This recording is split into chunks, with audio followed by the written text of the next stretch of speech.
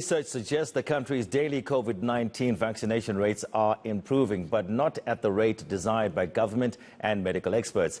Business for South Africa says it wants broader vaccine mandates from the private sector and across society. It says this will go a long way to help the country's economy recover from the COVID-19 pandemic. Martin Kingston from Business for South Africa joins me now for more. Very good evening, Martin. Thank you so much for joining me.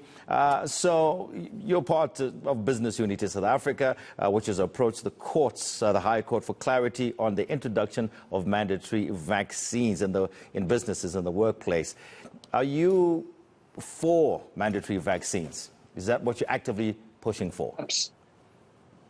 Absolutely, Tony. We have no doubt that we need to increase very significantly the vaccination rate across the country.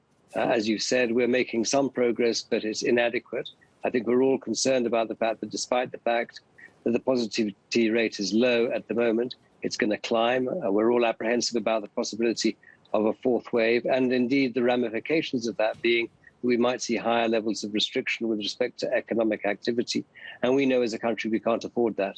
At the same time, we also have learned our lesson that the health system cannot be overwhelmed. We need to protect all of our citizens. And one of the ways to do that is to ensure that we vaccinate the adult population in particular as quickly as possible. And we've stalled in terms of that acceleration. We're averaging between 180 and 220,000 jabs a day. As a country, we've got the ability to probably do double that. The private sector can probably contribute 50% of that. And we need to ensure that every single mechanism at our means is brought to bear to ensure that we can achieve that. And one of the ways of doing it is indeed to introduce vaccine mandates, exactly as you said. So we're fully in support of the approach that is being adopted by organised business through BUSA. So what do you hope for from the court? Because at the present moment, lawfully, you cannot force staff to get vaccinated. There's other issues, of course, about, some people can't get vaccinated because of health reasons. You've also got you've got medical reasons. You've also got religious reasons as well. So what are you hoping to achieve by approaching the court at the present moment? What sort of clarity are you looking for? Well, we are looking for clarity as to whether or not there's a responsibility on the part of the employer to ensure that the majority of employees, not just employees, I have to say, but those who visit the premises, be they customers, be they clients, are indeed protected. And one way of protecting them is through vaccination. And the current regulations that have been passed through the NEDLAC process, they've been gazetted into law by the Minister of Employment and Labour under the Occupational Health and Safety Act, actually does provide for the fact that if people are not going to be vaccinated and pose a risk to their fellow workers, then we need to find them as employers alternative work. And if we can't do that, then they need actually to be asked to leave. Now, much rests on the need to be able to persuade and be able to educate the workforce as to the benefits of vaccination. And that, of course, is the most important aspect. And most companies are devoting their efforts not in imposing a mandate, but ensuring that they can indeed ensure that all of their workforce understands the merits of vaccination and is actually persuaded so to do.